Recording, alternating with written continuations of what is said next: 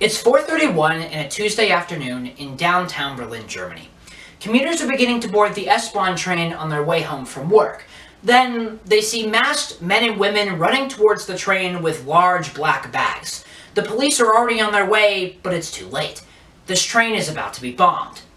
But not with weapons, with paint.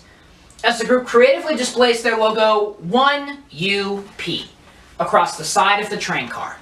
One Up, or One United Power, is the largest graffiti group inside of Berlin.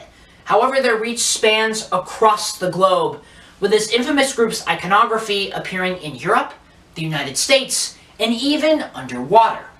And according to an interview with Carthet magazine on September 26, 2016, One Up's goal is not one of aesthetics, but one of placement, with the ultimate goal of placing their image and its message, which is fighting for artists to express themselves in authoritarian regimes across every visible surface, creating counterpublics. That is, discursive statements parallel to public arenas where groups invent and circulate counter-discourses to create oppositional messaging. And I was lucky enough to be able to see some of One Up's artwork firsthand in Berlin, and it inspired me to research further, where I found that as their notoriety increases, One Up frequently holds workshops for children in order to teach them how to use color and graffiti as a method of expression, and test whether a global decentralized group can even have a consistent message, and whether they can unite many different groups under one cause, which leads us to our research question. How does One Up use location-based counterpublics to create a message of dissidence? Today, we'll begin with a brief literature review, which will lead us to our model, that will then apply to the artifact, and finally, answer our research question. First, to our literature review. According to Robert Asson's August 2009 study, published in the Quarterly Journal of Speech, on the counterpublics of a conservative counterintelligentsia, establishes an operational definition for counterpublics, which is any statements that belie claims of marginalization that either implicitly or explicitly widen or narrow the discourse for others. Meaning, a counterpublic is a person or an organization that operates against the status quo, usually from the minority, and seeks to widen the discourse for others. Second, Paul S. and Lee's November 9th, 2015 study published in the Chinese Journal of Communication, which establishes that platforms like YouTube, Twitter, and Facebook make it easy for groups to become leaderless, and homes for do-it-yourself politics, where groups will take traditional messaging frameworks and bend them to their will, creating oppositional messaging. Finally, Jin-Yong Kang's March 12, 2019 study on civil inattention through the internet, published in the Quarterly Journal of Speech, which establishes that the internet's architecture makes it easy for a counterpublic to enter and draw attention from the broad public, but much more difficult for them to create barriers that prevent further encroachment, meaning it's easy to get attention online, but much more difficult for someone to control that message once it's been seen by the general public.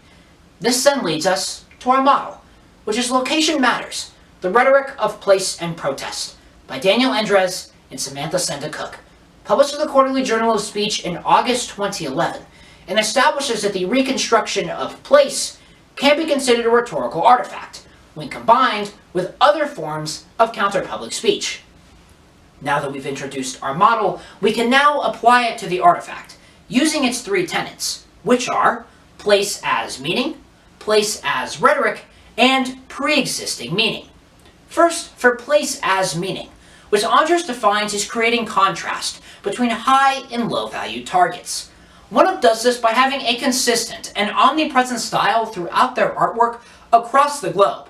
Because according to a Vice Media interview on March 13th, 2019, One Up's style is the same everywhere they go, allowing them to target high-value targets, such as Berlin's subway car system, which is high value due to its ease of access and visibility to the general public.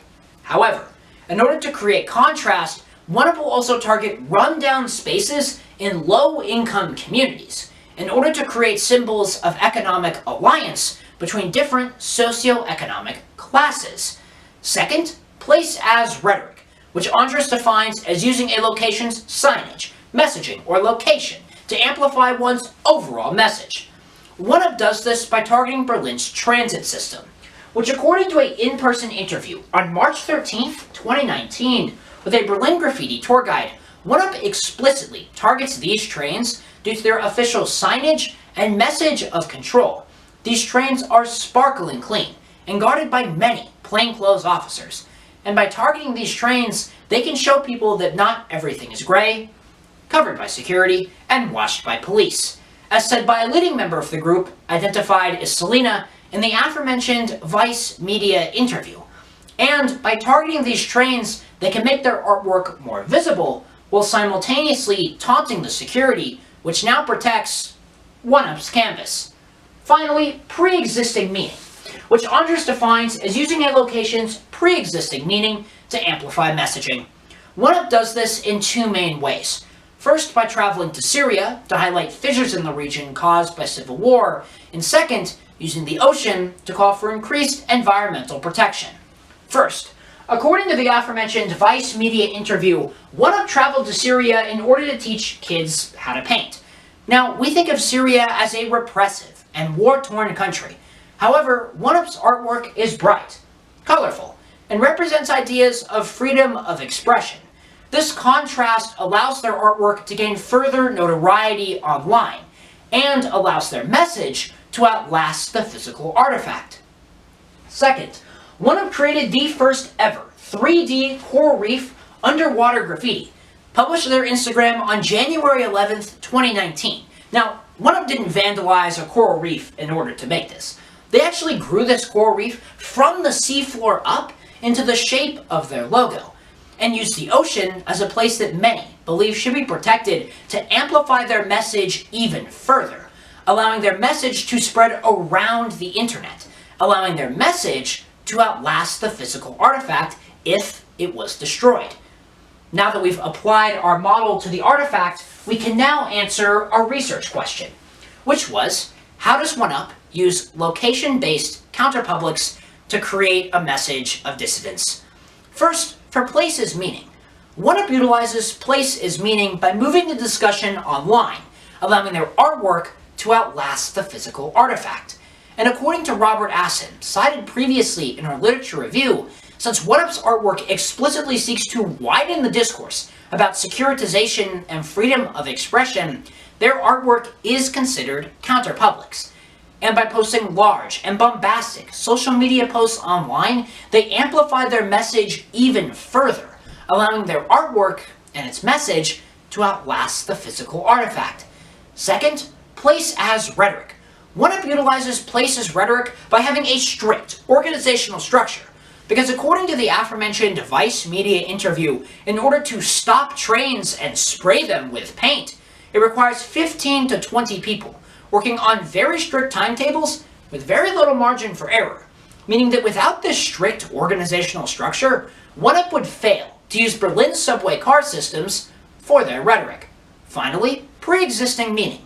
According to a Vice media documentary on April 16, 2014, while not the focus of the documentary, OneUp's artwork was photographed in towns large and small across Syria. It shows that this image and its message is resonating with the people living there, also gaining OneUp further notoriety online, allowing their message and this image to outlast the physical artifact.